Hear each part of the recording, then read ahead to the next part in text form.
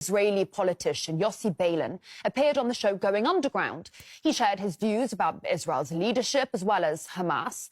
But when the conversation turned to potential IDF war crimes, things quickly got heated. The full episode will be broadcast throughout the day right here on RT International. But for now, here's a sneak preview. I mean, how many more people do you think joined Hamas for every bomb dropped on Gaza? And do you think it's an issue that concerns the Israeli, in effect, coalition government? Well, I don't know what does concern them, with all due respect. As you know me for a few years, I'm a staunch opposition to this government. I hope that after the war, they will end their term. And apparently this is what will happen. But if you ask me about joining Hamas as a result of the conflict now, I'm sure that you are right. I'm sure, because they are watching TV and seeing what is happening to their brethren, and I can understand it. But I don't think that it will go for long. Death toll for uninvolved people in Gaza, which is really very problematic. But please give me another solution for the current situation after October the 7th, when we know what they can do, and we know that they can return, and we know that it is a must, like with ISIS in the past. You know how many people say that it's an apartheid state, Israel. Nelson Mandela refused to negotiate unless the release of ANC prisoners guilty of blowing up restaurants frequented by whites in apartheid South Africa. Right. Is that not the paradigm in which we're... His mind. When he left the prison... He was released. And Hamas want all its prisoners. They want all the prisoners, or they call them hostages, held by Israel, released. But not from us. I mean, they don't want it from us. With us, they don't talk. The United Nations Under-Secretary of Humanitarian... You believe that they are partners for negotiations now? I'm just doing the interviewing here, and I'm saying that unless... Okay, so I'm telling you, if they say we are ready for negotiations with the Israelis after the release, before the release, whatever, this is another ball game. Our, 10-month babies whom they are keeping for what? For what? Who does something like that? Tuval Eskapa, from the security team for Kibbutz Be'eri, telling Haaretz Israeli forces killed Israeli Jews on October the 7th. The IDF called for aerial strikes that killed Israelis.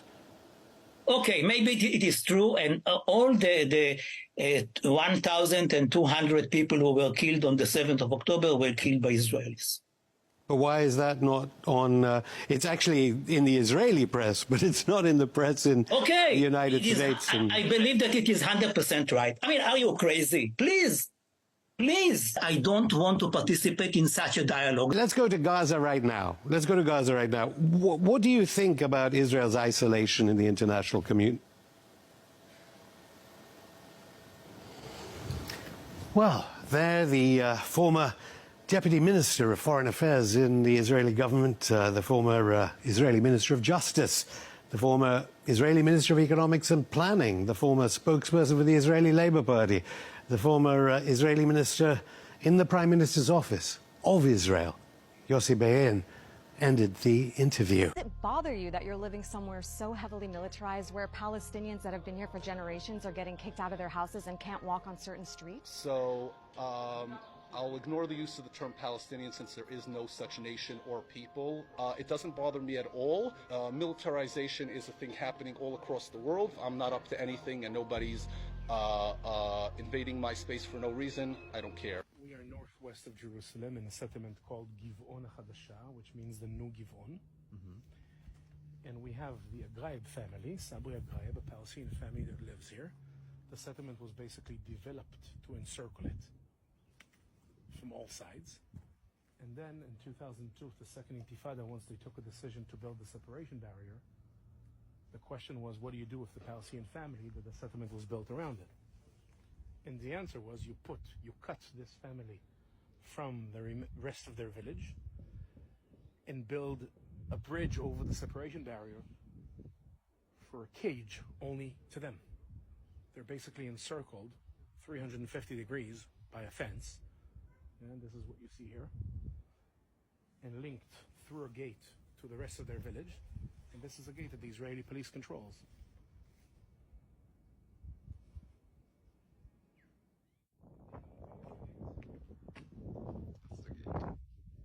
So cameras up there, not the one here, the rounded one there. Exactly. The police controls the gate. Something happens, whatever they want to close, they can shut down. Settlements. Palestinian family. This is basically the corridor how the Ghaib family is connected from the house to their village, Betitza. Yeah, their family members, school, all the services.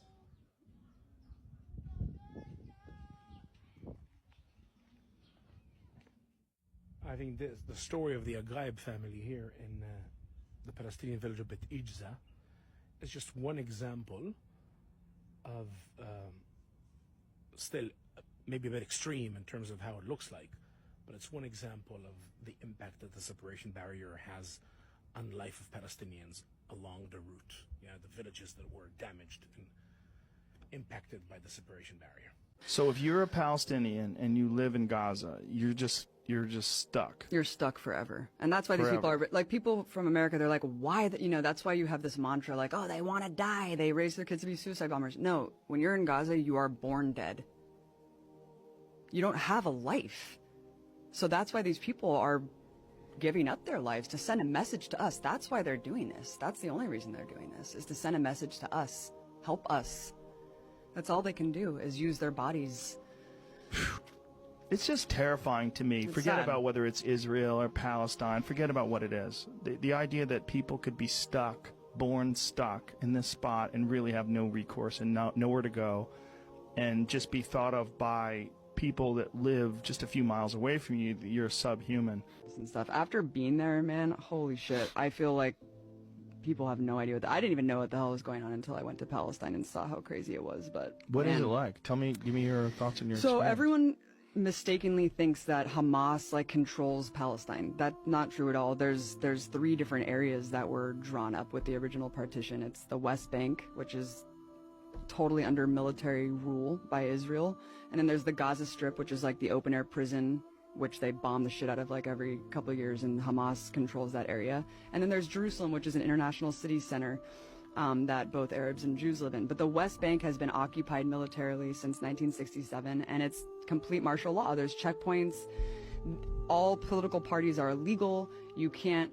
Having a gun is like the least of it. You can't hold a flag. You can't belong to a political party. You literally can't do shit if you're a Palestinian. You just have to sit there and submit. And even if you share a photo of someone who was like killed by an Israeli soldier, you go to jail. And you go to jail for the amount of like months that. What? Yeah, based on the shares and likes of the photo, they'll penalize you more and put you in prison for longer and longer. I mean, I'll just tell you one story. If you put a photo on social media, like you put someone on who Facebook, died, and they'll be like, "You're sharing a martyr and inciting people to like commit suicide." Like on behalf of Palestinians, you go to jail, and they put them in jail. There's 99.7% conviction rate. They have a policy called to cripple, where they shoot guys in the dicks. Yeah. It is fucking nuts, man. The West Bank is no joke. I thought that I was going to die several times. We were at this checkpoint going through Calandia, and there was this old man walking, like clearly drunk or something, and kind of like walking a little bit toward the checkpoint. They're shooting at him. Bullets are ricocheting off the thing.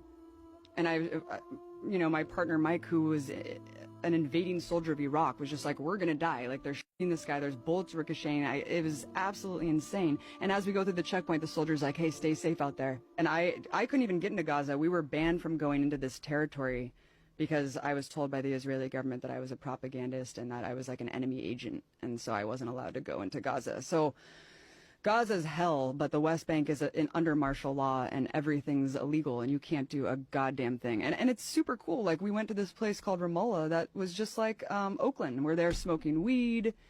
There's like openly gay people there. Like, it's just completely different than what people think.